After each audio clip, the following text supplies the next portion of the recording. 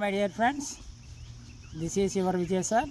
ఈ వీడియోలో మనం గుప్త సామ్రాజ్యానికి సంబంధించినటువంటి చిన్న సాహిత్యం గురించి చర్చించే ప్రయత్నం చేద్దాం. గుప్త సాహిత్యంలో చాలా వరకు మనకి హ్యాపీ ఎండింగ్సే ఉంటాయి, అంటే సుఖాంతాలే ఉంటాయి. దుఃఖాంతాలు అనేటువంటివి, సాడ్ ఎండింగ్స్ అనేటువంటివి ఉండవు. చాలా వరకు ఇవన్నీ సంస్కృత భాషలో రాయటం అనేటువంటిది జరిగింది. అయితే ఈ సాహిత్యంలో, ఈ లిటరేచర్లో మనం ఒక చిన్న గ్రంథం గురించి మాట్లాడదాం. అదే శూద్రకుడు రచించినటువంటి మృచ్ఛకటికము. మృచ్ఛకటికము written by Shudraka. This book mention about Charudatta married a prostitute of Vasantasena. Charudatta was a Brahmin. He fell in love with a prostitute Vasantasena.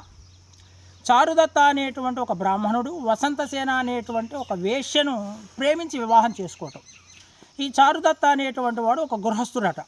గృహస్థుడు అంటే వివాహమైన వాడు. అయితే భార్య ఎక్కువగా ఇబ్బందులు పెట్టడంతో ఇతను నిదానంగా ఒక వేశ్యకు దగ్గర అవటం జరిగింది. ఆ వేశ్య ప్రేమలో పట్టడం జరిగింది. ఆ వేశ్యను నిదానంగా ప్రేమించి పెళ్లి చేసుకోవటం కూడా జరిగింది.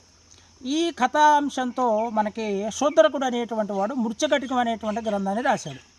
అయితే ఈ గ్రంథం గురించి ఎందుకు ఈ వీడియోలో మనం చర్చిస్తున్నామంటే, ఈ గ్రంథంలో మనకి ఉన్నత కులాల వారు, అంటే హయ్యర్ క్యాస్ట్ పర్సన్స్ ఎవరైతే ఉన్నారో వాళ్ళంతా సాంస్క్రిట్లో మాట్లాడుతూ ఉంటారు, అంటే సంస్కృత భాషలో సంభాషణ ఉంటాయి.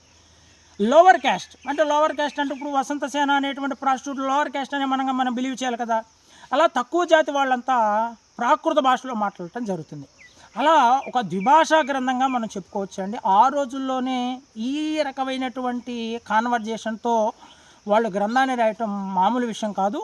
అలా గుప్తుల కాలంలో ఒక గొప్ప గ్రంథాలలో మనకి శూద్రకుడు రాసినటువంటి మృచ్ఛకటికం అనేటువంటిది కూడా ఒకటని మనం చెప్పుకోవచ్చు.